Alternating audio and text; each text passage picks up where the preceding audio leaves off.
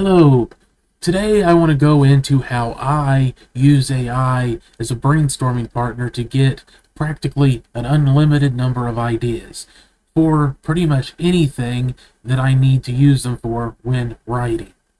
Now, a lot of people think that using AI is somehow cheating, but my view is that if brainstorming with a person isn't cheating, then neither is using AI. If you're going to claim that somehow using a machine, a tool as a brainstorming partner, a sophisticated machine, but a machine nonetheless, that somehow is cheating or wrong, and doing the same thing with a person is not, then that's really a personal bias and reflects more on the person than it does the actual tools being used. So, the first example I want to give you comes from my own self-published novel, A Fistful of Fairy Tales, and the premise of that story was Shrek meets Bloodsport. That was the initial spark of an idea.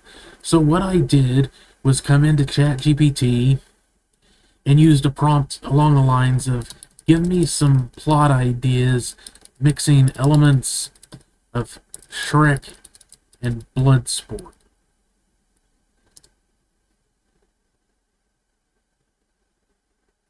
Okay, so what it's going to do is basically using what I've asked it and tropes and known narratives, fiction, the elements of both movies. It's going to give me some mishmashed, some mashup stuff based on it. And it's going to draw on other like fantasy elements and also fight movie elements, the tropes that are attached to the fiction in question. And what you would do at this point, if you're fishing for ideas, you're brainstorming because you had just a little premise that you wanted to work on, is that you read through and find bits and pieces you like, and you copy and paste them into like a WordPad document. And then you use your imagination to develop those ideas further. If you get stuck, you can ask the AI more questions. Ask it for more variations on things. If you don't like any of the ideas, you can add in an extra bit of detail. Let's say that, and it often will give you options. You could tilt this toward one or the other.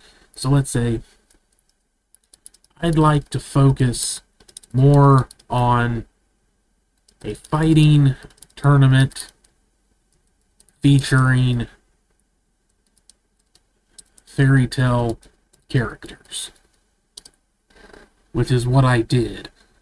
So now it's going to give a whole bunch of new ideas, but expand and contract, change its output based on what I have asked it.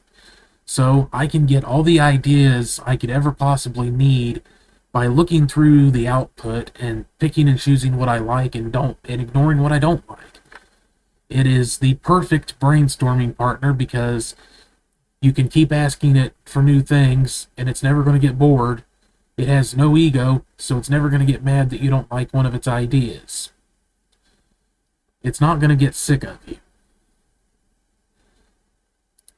So let's go ahead and try another example. Let's say that it's more of a character issue, and I prepped some prompts ahead of time over here. So let's say this is actually what you're working on. I have a protagonist who is a cowardly knight. Give me 3 iconic situations where his cowardice actually saves the day. And it's going to give me what I've asked for. And again, you do not have to take any of these as a whole if there's parts of it you don't like. You pick and choose what you do and do not like, ignore the rest. But you can effectively get as many ideas as you could ever possibly need this way. If you run into roadblocks, you need some cultural elements for a city during world building. You need some additional elements to flesh out a character. You want some ideas for situations because you're You've written up to a certain point, and it's like, I'm not sure what I want to have happen next. You can tell the AI, a synopsis of what has happened to that point, and then say, give me some ideas for what might happen next. And you are not telling the AI to work for you. What you are doing is giving yourself lots of ideas to work with. Again, it's like having a brainstorming partner that never gets tired, never gets bored. Let's try another one. Let's say you want to do a sci-fi mystery. Combine the locked room mystery trope with a colony on Mars. Give me 5 stakes plot hooks. And again, it is going to give you what you've asked for. The more details you give it, the better the results will be, but it will always try to give you what you've asked for. So now it has given me 5 potential plot starting points for a mystery that takes place on a colony on Mars. And again, you can do this with basically any part of a story. Any place you get stuck, you can use this method.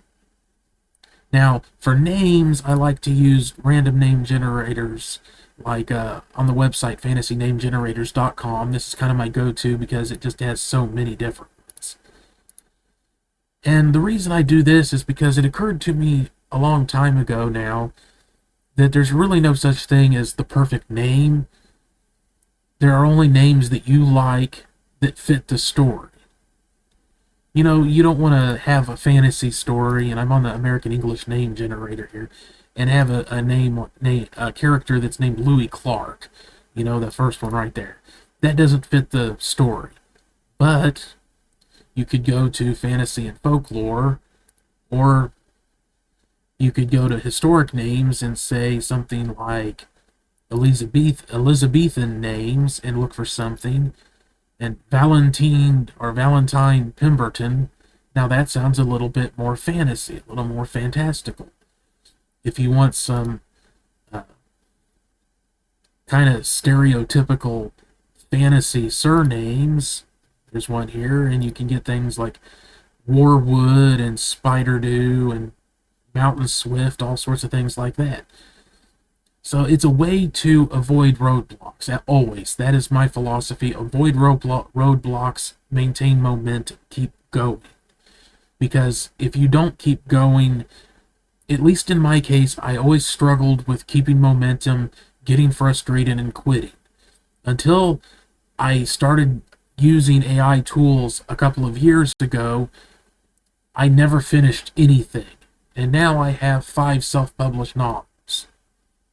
So if getting to the finish line, actually finishing a draft, is something that you struggle with, and one of the biggest reasons you do is because you hit roadblocks and get frustrated and don't finish, AI and simple tools like random name generators, just so you don't find yourself sitting there staring at a blank screen, trying to think of some perfect name that doesn't exist. Keep the momentum going. Now, if you'd like some more information, resources that I've created, or a link to my favorite AI tool for writing, Sudowrite, in the description, you can check those out. And thank you very much for watching. I'll see you on the next one. Later.